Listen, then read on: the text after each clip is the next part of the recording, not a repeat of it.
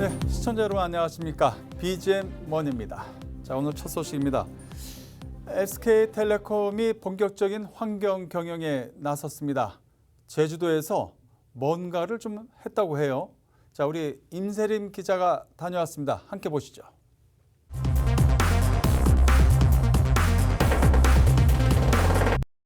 환경오염의 주범인 플라스틱을 줄이기 위해 이곳 제주에서는 이 다회용컵 확산 캠페인이 시작됩니다.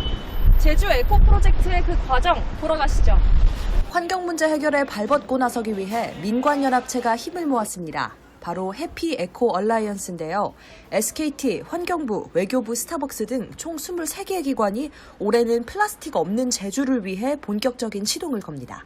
이 캠페인은 7월 6일부터 제주의 스타벅스 4개 매장에서 본격적으로 시행됩니다. 고객은 음료 주문 시 1,000원의 보증금을 내고 이 다회용 컵을 이용할 수 있습니다. 다 사용하고 나면 스타벅스 매장의 반납기 혹은 제주공항에 설치된 반납기에 넣으면 됩니다.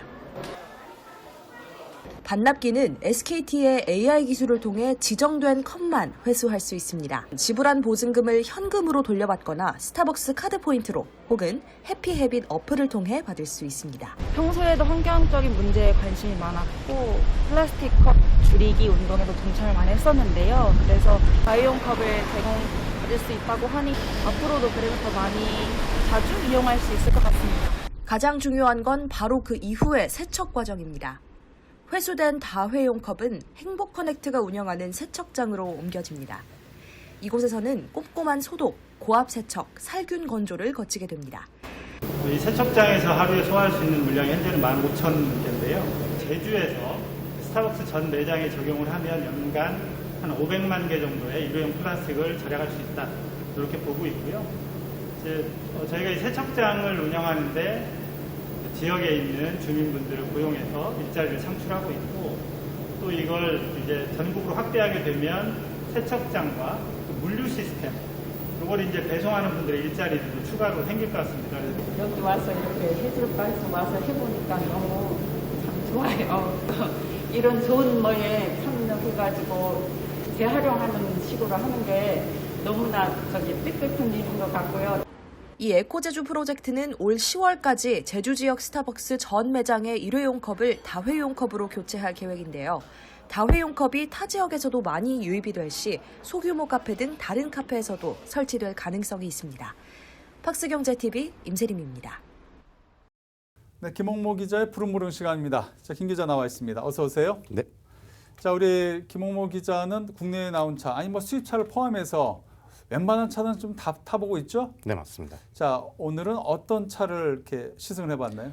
오늘은 그 르노 삼성차의 XM3를 직접 시승하고 왔습니다. XM3. 자, 우리 뒤에도 지금 그림이 나오고 있는데 쿠페형 SUV XM3를 타봤습니다.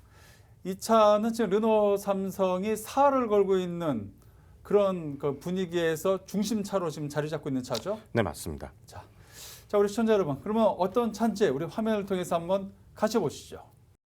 국산차 시장에서 유일한 쿠페형 SUV라는 독특한 포지션, 2천만 원 안팎의 저렴한 가격, 2030 세대 사회초년생들의 관심을 한몸에 받는 차, XM3를 직접 타봤습니다. 2022년형 XM3는 높은 연비로 실용성과 가성비가 뛰어난 MPI 가솔린 엔진의 1.6 GT 모델과 벤츠 다임러와 공동 개발한 배기량은 작지만 힘이 넘치는 터보 직분사 가솔린 엔진의 TC260 엔진 2개 모델로 출시됩니다. XM3는 커다란 휠 하우스와 18인치 휠, 186mm의 동급에서 가장 높은 최저 지상고가 특징으로 매장 컬러에서는 마이센 블루가 삭제되고 시그니처 컬러인 소닉 레드가 추가됐습니다. 차체의 뒤로 갈수록 높이가 낮아지는 쿠페형 디자인과 범퍼, 창문 하부의 크롬 장식은 SUV지만 날렵하고 경쾌한 느낌을 줍니다. 실내는 운전자 중심의 레이아웃으로 세로형 9.3인치 디스플레이와 각종 버튼이 운전자를 향해 기울어져 있습니다. 센터 페시아 가운데에 위치한 큼지막한 디스플레이는 갤럭시 탭과 유사한 느낌으로 다양한 기능을 사용할 수 있으며 그 아래에 위치한 버튼들은 아날로그 방식으로 직관적인 형태입니다. 또한 앱을 통해 원격으로 시동 및 에어컨을 켤 수 있고 탑승 전에 스마트폰에서 검색한 목적지를 전송할 수도 있습니다. 514m의 동급 최대 사이즈의 트렁크 공간과 그 활용도를 극대화시켜주는 더블 트렁크 플로어, 동급 최초로 적용된 10.25인치 TFT 매빈 클러스터로 대변되는 독창적인 공간이 XM7의 경쟁력 있는 특장점이라고 말할 수 있겠습니다. 어댑티브 크루즈 컨트롤과 차선 유지 보조가 결합된 고속화 도로 및 정체 구간 주행 보조, 원격 시동, 그리고 동급 최초로 선보인 인카페이먼트를 경쟁 모델은 주로 옵션 사양으로 제공하고 있지만 XM3는 최상위 트림 기본으로 적용하고 있습니다. 인카페이먼트는 차량 안에서 주유, 식음료, 편의점 상품에 대한 주문, 결제가 가능한 서비스로 디스플레이 터치를 통해 주문을 하면 해당 서비스 매장으로의 안내 내비게이션이 켜집니다. 도착할 때쯤 디스플레이를 통해 매장 호출 버튼을 누르면 차에서 내리지 않고 드라이브 스루 형식으로 서비스 이용이 가능합니다. 최근 트렌드로 떠오르는 차박에 맞춰 2열 시트를 누르면 널찍한 트렁크와 함께 성인 2명이 누울 수 있는 공간도 마련됩니다. 젊은 세대에게 어필할 수 있는 가격, 디자인, 편의성, 차박 등 다양한 매력을 품은 XM3가 2020년의 성공적인 런칭에 이어 다시 한번 소형 SUV 시장에 판매 돌풍을 일으킬 수 있을지 귀추가 주목됩니다. 팍스경제TV 김홍무입니다. 자, 김 기자, 아까 잠깐 또 얘기했지만은 XM3 우리가 얼마 전에 한번 이야기를 했었죠. 네. 이 회사의 터닝 포인트는 2차로 만들 수 있다. 자, 그럼 이제 유럽 수출이 된 지 얼마 정도 됐죠? 지금 한 달 정도 지났습니다. 한 달 정도. 네. 그럼 한 달 동안 지금 어떤 성과가 있었습니까? 네, 르노 삼성차의 6월 판매 실적은 내수와 수출이 전월 대비 각각 21%, 49.8% 증가했으며 전년 동기 대비로는 내수는 59% 감소, 수출은 1345.3%가 증가했습니다. 이런 가파른 상승세를 나타낸 수출량은 XM3가 7,679대가 선적되며 전체 수출 실적을 견인한 건데요. 6월 수출 대수는 총 8,556대로 XM3의 물량이 89.7%에 달합니다. 내수와 수출 모두에서 어려움을 보이던 르노 삼성차가 XM3를 통해 반등 모멘텀을 찾은 모양새로 올 하반기 부산 공장이 차질 없이 안정적인 수출 생산 물량을 공급할 수 있다면 향후 생산 물량 회복에 크게 기여할 것으로 기대됩니다. 여하튼 간에 지금 나온 수치로서는 뭔가 희망적이다 이렇게 볼 수 있는 거죠? 네, 그렇습니다. 네. 자, 김홍문 기자의 부릉부릉이었습니다. 수고하셨습니다. 네, 최근 SK이노베이션이 여러 가지 일을 하고 있습니다. 여러분 SK이노베이션 하면 어떤 생각이 나시나요? 기름, 석유화학, 그쵸? 검은색, 연기 이런 거 생각이 나시죠? 그런데 이런 SK이노베이션이 이 기름을 싹 빼겠다. 이런 이야기를 얼마 전에 크게 IR 행사에서 했습니다. 자, 어떤 내용일까요? 이정현 기자가 보도합니다. SK이노베이션이 창립 60년을 한 해 앞두고 이 탄소 사업에서 그린 중심 사업으로 회사의 정체성을 완전히 바꾸겠다는 파이낸셜 스토리를 발표했습니다. 현재 석유를 중심으로 한 탄소 다량 배출 사업을 줄이고 환경 친화적인 사업을 대폭 확대해 회사의 정체성을 완전히 바꾸겠다는 것입니다. 이를 위해 배터리 설비 투자를 포함해 30조 원을 친환경에 집중 투자한다는 계획도 밝혔습니다. 향후 5년간 그린 비즈니스를 중심으로 총 30조 원을 투자키로 하였습니다. 이는 지난 5년간 저희가 투자했던 규모의 2배가 넘는 수준입니다. 이렇게 되면 저희 자산에서 그린 자산이 차지하는 비중이 2016년 6%, 2020년 30%에서 2025년에는 70%까지 확대될 것으로 예상합니다. 이 전략은 배터리를 중심으로 한 분리막, 폐배터리 리사이클 등 그린 포트폴리오를 강화하고 기존 사업을 플라스틱 리사이클 등 친환경 비즈니스 모델로 전환하며 온실가스 배출 제로 인넷 제로 조기 달성 등 크게 3가지입니다. 그중에서도 SK이노베이션은 탄소 사업에서 그린 중심 사업으로 바꿔나가는 핵심 키워드를 배터리로 꼽았습니다. SK이노베이션의 관련 사업 수주 잔고는 1테라와트 이상으로 배터리 부분의 투자를 통해 SK이노베이션의 친환경 사업 비중을 늘린다는 방침입니다. SK종합화학을 중심으로 도시유전 사업 모델도 도입합니다. 폐플라스틱을 다시 석유로 만드는 방식으로 재활용 기반의 화학사업 회사로 완전히 새로 거듭나겠다는 것입니다. 온실가스 넷 제로를 2050년 이전에 달성한다는 목표도 밝혔습니다. ESG 경영 핵심이 환경이고 환경의 핵심은 온실가스 순배출을 0으로 만드는 것인 만큼 이를 실행하겠다는 것입니다.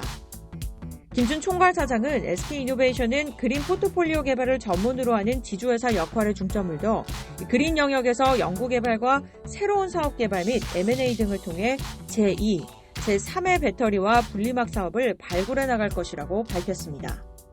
한편 SK이노베이션은 이와 관련해 현재 사업부 형태인 배터리 사업과 석유 개발 사업은 포트폴리오 가치를 극대화할 수 있는 최적의 방안으로 각각 분할을 검토한다고 전했습니다. 1962년 대한민국 최초의 정유기업으로 출범해 정유, 화학사로 입지를 굳힌 SK이노베이션이 그린 사업을 새 성장축으로 삼고 안착할 수 있을지 관심이 모아지고 있습니다. 박스경제TV 이정현입니다.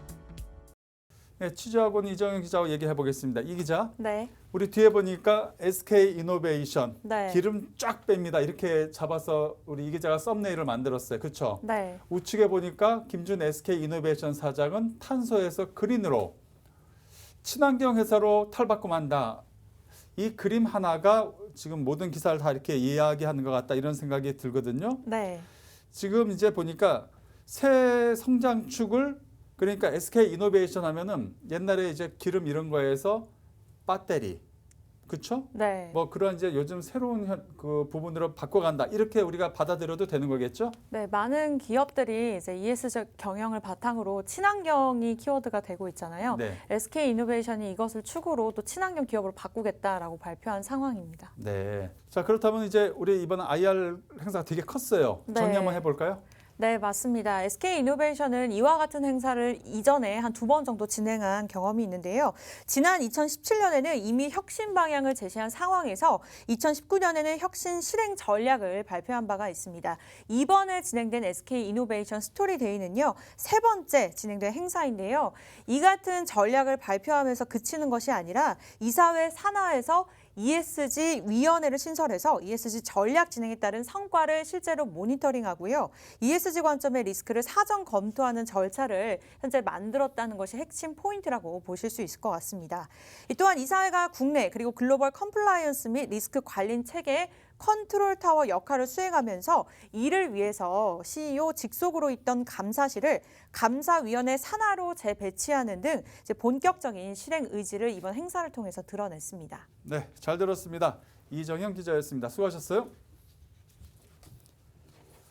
자, 계속해서 부동산 소식 우리 시청자 여러분께 전해드리겠습니다. 자, 오늘은 우리 이정헌 기자입니다. 조금 전에 출연한 기자는 이정현 기자고 이정헌 기자가 용인 지역의 분양 현장을 한번 좀 다녀왔습니다. 어떤 내용인지 한번 같이 확인해 보시죠. 최근 수도권 부동산 시장에서 용인시 처인구가 분양 블루칩으로 급부상하고 있습니다. 용인시는 기흥구, 수지구, 처인구 3개의 구로 나눠져 있습니다. 이 중 기흥구는 90년대 초 구갈지구를 시작으로 가장 먼저 택지 개발이 진행되었고 이후 수지 1지구를 포함한 수지구의 개발이 뒤를 이었습니다. 처인구는 3개 구 중 가장 개발이 늦었는데요. 2005년 용인시 청사 이전 이후 개발의 축은 서서히 처인구 쪽으로 향했습니다. 최근에는 용인 경전철 고진역 일대 고림 택지개발 지구의 신규 공급이 한창입니다. 이러한 가운데 브랜드, 대단지, 역세권, 자연환경 등 수요자들의 선호도가 높은 요소들을 모두 갖춘 처인구 고림 진덕지구 내 주거단지가 분양에 나서 눈길을 끌고 있습니다. 에버라인 고진역을 이용해 수인 분당선 환승역인 기흥역으로 갈 수 있고 이를 이용해 서울은 물론 수도권으로의 이용도 가능합니다. 이뿐만이 아니라 영동고속도로 용인 IC를 이용할 수 있고 향후에는 제2 경부고속도로는 물론 수도권 제2 순환고속도로의 이용도 가능합니다. 대형 건설사가 설계한 이 단지는 2,700여 세대가 1, 2블록으로 각각 나뉘어 조성됩니다. 또 두 블록의 당첨자 발표일이 달라 중복 청약 신청이 가능합니다. 단지 D1 블록과 D2 블록 사이에는 소공원이 마련되고 주변에는 공두산과 경안천 등 다양한 녹지 공간과 수변 공간이 자리하고 있습니다. 단지 내에는 정원형식의 조경 설계를 도입하여 다채로 조형물들은 물론 다양한 식재들을 갖춰갈 예정입니다. 코로나19 장기화로 이른바 집콕 생활이 보편화되고 있습니다. 내 집 앞 자연 환경과 단지 내 넓은 녹지 공간으로 무장한 이 단지가 일상생활에 지친 수요자들의 마음을 사로잡고 처인구 분양 기록에 새로운 기준을 제시할 수 있을지 시장의 관심이 집중됩니다. 팍스경제TV 이정원입니다. 중소기업중앙회가 최근 많은 일을 하고 있습니다. 이번에 우리 카메라 기자가 가서 영상을 좀 담아왔는데요. 파주에 다녀왔습니다. 파주에 중소기업을 위한 일반 산업 단지를 크게 조성을 한다고 합니다. 영상 뉴스거든요. 한번 같이 보시죠.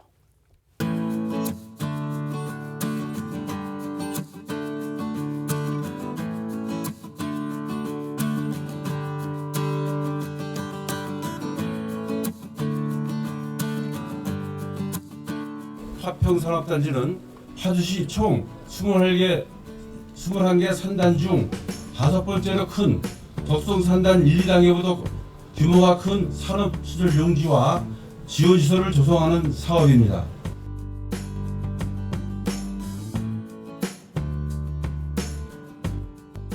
파주 지역은 남북 경협의 교두부로 향후 개성공단과 손발을 맞춰서 융복합 산업단지가 될 것으로 기대하고 앞으로 남북 경협의 물꼬가 트거나 통일이 된다면 북한으로 진출하려는 중소기업의 전초기지 역할을 아주 톡톡히 할 것으로 생각이 됩니다.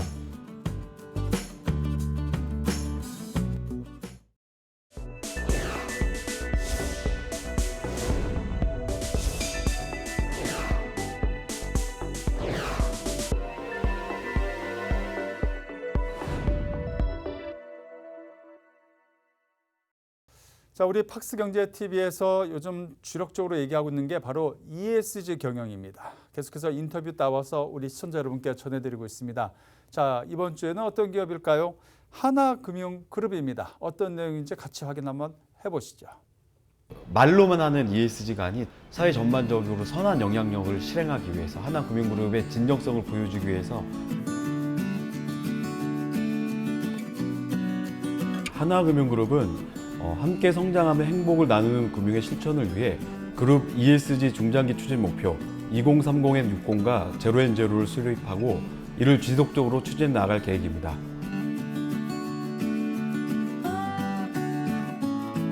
(2030-60은) 오는 2030년까지 향후 10년간 환경 지속가능 부문에 대한 총 60조 원의 ESG 금융 조달과 공급을 목표로 하고 있습니다. 여기에는 ESG 채권 발행 25조 원, ESG 여신 25조 원, ESG 투자 10조 원을 포함하여 이를 통해 하나금융그룹은 사회문제 해결과 친환경 사업의 광범위한 ESG 금융 지원을 실시할 것입니다. 또한 하나금융그룹은 2050년까지 그룹 사업장 탄소 배출량 제로와 석탄 프로젝트 금융 제로를 이행하기 위한 제로앤제로를 전략적 목표로 추진하고 있습니다. 이를 통해 향후 30년 동안 그룹의 모든 관계사가 참여해 탄소 중립을 달성하고 석탄 프로젝트 잔액을 제로로 감소시킬 계획입니다.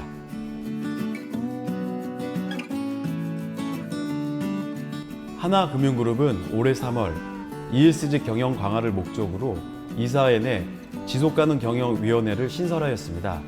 지속가능 경영위원회를 통해 그룹의 ESG 전략 및 정책 수립 등 주요 사항을 결정하며 글로벌 ESG 이슈에 선제적으로 대응하고 효과적인 ESG 전략을 수립할 계획입니다.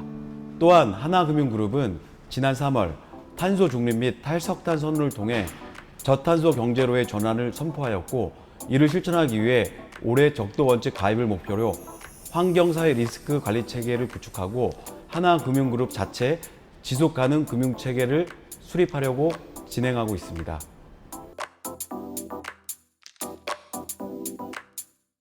올해 3월 탈석탄을 선언한 이래 국내 석탄 화력 발전소 걸전을 위한 신규 프로젝트 파이낸싱과 채권 인수 등을 전면 중단하였습니다.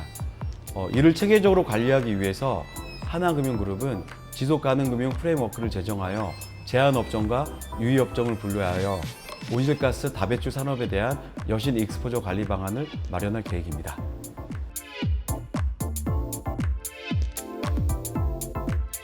하나금융그룹은 2018년부터 총 1,500억 원을 투자하여 하나금융그룹 100호 어린이집 건립 프로젝트를 추진하였으며 올해 해당 사업이 종료될 예정입니다. 이에 따라 신규 사회가치 창출 사업으로 청소년 지원 사업을 추진하기 위해 청소년 그루터기 재단을 설립하였고 그룹은 청소년 그루터기 재단 운영으로 복지 사각지대에 놓인 취약계층 청소년을 발굴하여 지원할 계획입니다. 아울러 그룹 임직원뿐만 아니라 손님과 함께 공감할 수 있는 ESG 경영 실천을 위해 래퍼 레온의 SG송을 홍보하는 등 대내외적으로 ESG 경영 내재화를 위해 노력하고 있습니다.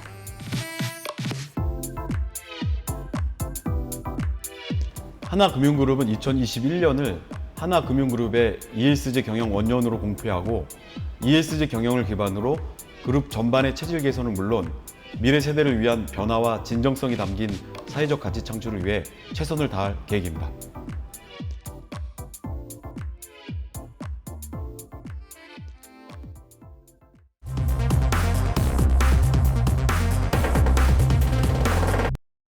이번 주 재계 기상도 알아보겠습니다. 우선 삼성전자는 화창했습니다. 삼성전자가 이번 주 수요일 2분기 잠정 실적을 발표했는데요. 반도체 장기 호황에 힘입어 영업이익이 12조 원을 돌파하는 깜짝 실적을 기록했습니다. 매출은 63조 원으로 잠정 집계가 됐는데 이 역시 역대 2분기 실적 가운데서는 최대치였습니다. 당초 증권가에서는 삼성전자의 영업이익을 11조 원대, 매출을 62조 원대로 각각 예측을 했었는데요. 영업이익과 매출 모두 예상치보다 1조 원가량 높게 발표가 되면서 역시 삼성전자다라는 호평이 나왔습니다. 다음 중흥그룹 보시겠습니다. 중흥그룹도 맑음입니다. 지난 20여 년 동안 소위 주인 없는 회사로 지내왔던 대우건설을 품게 됐기 때문인데요. 이를 두고 업계에서는 새우가 고래를 삼켰다는 평가를 내놓고 있습니다.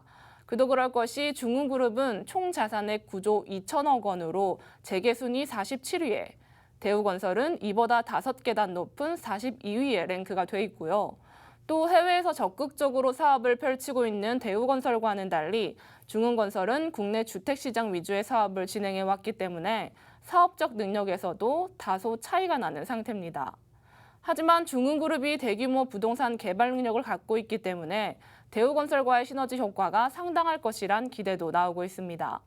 무엇보다 중흥그룹은 이번에 대우건설을 성공적으로 인수하게 되면 시공능력평가 기준으로 삼성물산, 현대건설과 함께 국내 톱3 건설사에 이름을 올릴 수 있을 뿐만 아니라요. 재계 20위권 진입도 가능할 것이란 전망이 나옵니다. 이와 달리 현대차는 일주일 내내 흐린 날씨를 보였습니다. 바로 노조의 파업 가능성이 커지고 있기 때문인데요. 그동안 현대차는 정의선 회장 체제 이후 무분규를 달성하며 안정적인 노사 관계를 구축해왔습니다. 하지만 노조가 올해 13차례에 걸친 임단협 교섭에서 최종 결렬을 선언하면서 파업 위기감이 고조되고 있는 상황입니다. 실제 노조가 파업에 나서게 되면 3년 연속 무분규 임단협 타결이 무산되게 되고요. 무엇보다 코로나19 장기화 속 차량용 반도체 수급 문제 역시 완전히 해결되지 않은 상태이기 때문에 경영 실적에도 타격을 입게 될 것이란 전망이 나옵니다. 지금까지 재계 기상도였습니다.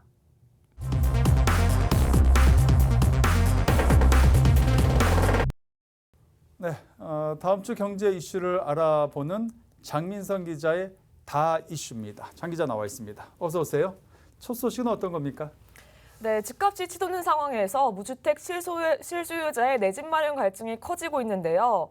오는 15일부터 3기 신도시를 포함한 수도권 공공택지 아파트의 사전 청약이 시작됩니다.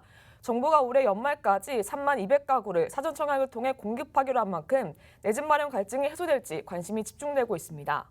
수도권 공공택지 아파트의 사전 청약이 시작이 된다. 사전 청약, 이게 뭔지 설명을 한번 들어볼까요? 네, 사전 청약은 공공주택 분양을 조기에 공급하기 위해 본 청약보다 1, 2년가량 앞당겨 청약을 진행하는 예약의 예약 개념입니다. 무엇보다 시세 대비 60에서 80% 저렴한 가격에 내 집 마련이 가능하다는 점에서 수요자들의 눈길을 끌고 있습니다. 이렇게 저렴하다 그러면 경쟁이 엄청 심할 것 같다 이런 생각도 들어요. 특히 이제 뭐 영끌 얘기도 나오고 있지만 신혼부부들에게 큰 도움이 되지 않을까 이런 생각도 듭니다. 네, 말씀하신 바가 맞습니다. 신혼부부와 특히 청년들에게 더 많은 청약 당첨의 기회가 돌아갈 수 있도록 설계됐는데요. 올해 공급되는 사전 청약 물량 중 절반 수준인 14,000가구가 신혼희망타운으로 공급되고요. 나머지 16,200가구 중 30%도 신혼부부 특별 공급 물량입니다. 자, 이제 좀 다른 이야기로 넘어가서 우리 장민선 기자와 이야기를 해보겠습니다. 자, 한동안 이제 사모펀드 사태 때문에 무지 시끄러웠잖아요, 그죠? 다음 주 이제 라임 자산 운용의 판매사에 대한 분쟁조정위원회가 열린다 이런 이야기가 있습니다. 네, 금융감독원이 13일 대신증권의 라임펀드 판매와 관련해 분쟁조정위원회를 열기로 했습니다. 금융당국은 2천억 원 이상의 라임펀드를 판매한 대신증권, 반포 WM센터를 대상으로 현장 조사, 법리 검토를 진행해 왔는데요. 결론을 내릴 수 있을지 관심이 집중됩니다. 앞서 타 금융사들의 이 분조위, 분쟁조정위원회죠. 분조위 열렸는데 이번 결과는 어떻게 예상을 하고 있습니까? 네, 이제 투자자들은 사기 판매인 만큼 원금 전액을 돌려받아야 한다고 주장하고 있는데요. 하지만 원금 100%라는 결정은 나오기 어려울 것으로 보입니다. 법원이 자본시장법 위반을 적용해 대신증권 전 센터장에 죄를 물었기 때문에 이번에는 불안전 판매로 정리가 되지 않을까 생각합니다. 네, 장민선 기자의 다이슈였습니다. 수고하셨습니다. 네, 이상으로 BGM 머니를 마치겠습니다. 다음 주에도 우리 기자들이 열심히 발로 뛰는 생생한 현장의 모습을 우리 시청자 여러분께 전해드리도록 하겠습니다. 고맙습니다.